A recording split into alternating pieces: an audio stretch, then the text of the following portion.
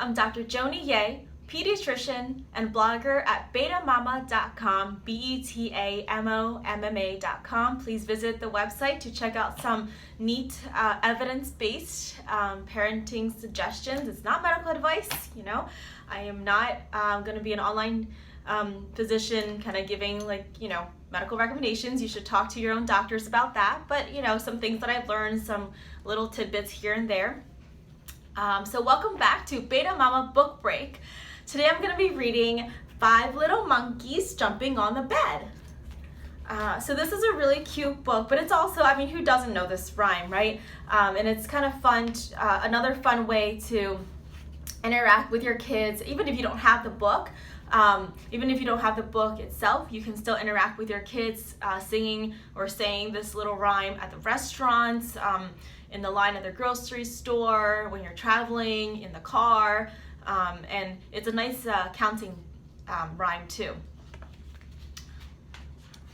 So this book, 5 Little Monkeys Jumping on the Bed, retold and illustrated by Eileen Cristillo, starts with 5 little monkeys at bath time. And then they put on their pajamas and brush their teeth. So this is really cool because it goes through a little nice little bedtime routine. The only thing I would add to this before they all get into bed is, so they had the bath, they had the brushing their teeth, and then of course reading the book, right? And then bedtime. Okay, so now these mischievous looking monkeys are in bed. Say goodnight to mama. Then we get started. 5 little monkeys jumping on the bed. One fell off and bumped her head. Mama called the doctor and the doctor said, no more monkeys jumping on the bed. And of course, because I am a doctor, so I play with my kids and I say, Mama called them, or Mama is a doctor, and Mama said, it's okay, just keep jumping on the bed. Okay, but not so much. And I also just wanted to interject here with the monkey kind of falling off the bed and hitting her head. If your child has fallen off of something and hit their head, that it's really, really common. And as a pediatrician myself, my own kids have fallen off the bed or off of something multiple times, and they've hit their heads, and I've sometimes woken them up in the middle of the night to just make sure they're okay, and there's no, make sure there's no vomiting, make sure their eyes are all going in the right directions, and of course I can kind of do the exam myself.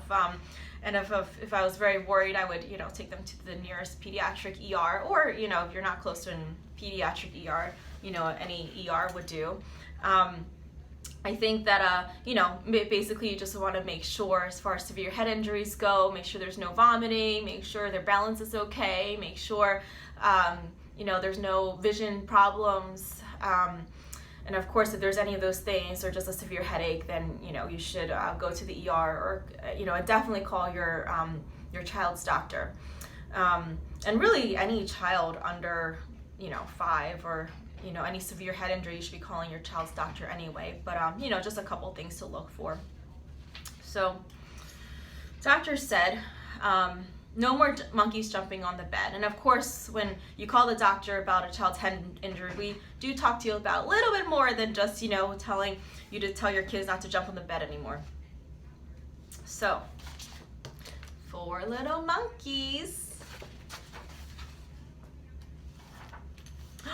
jumped on the bed. One fell off and bumped her head. Mama called the doctor and the doctor said, check for vomiting, check for severe headache, check for vision problems, balance problems. Just kidding.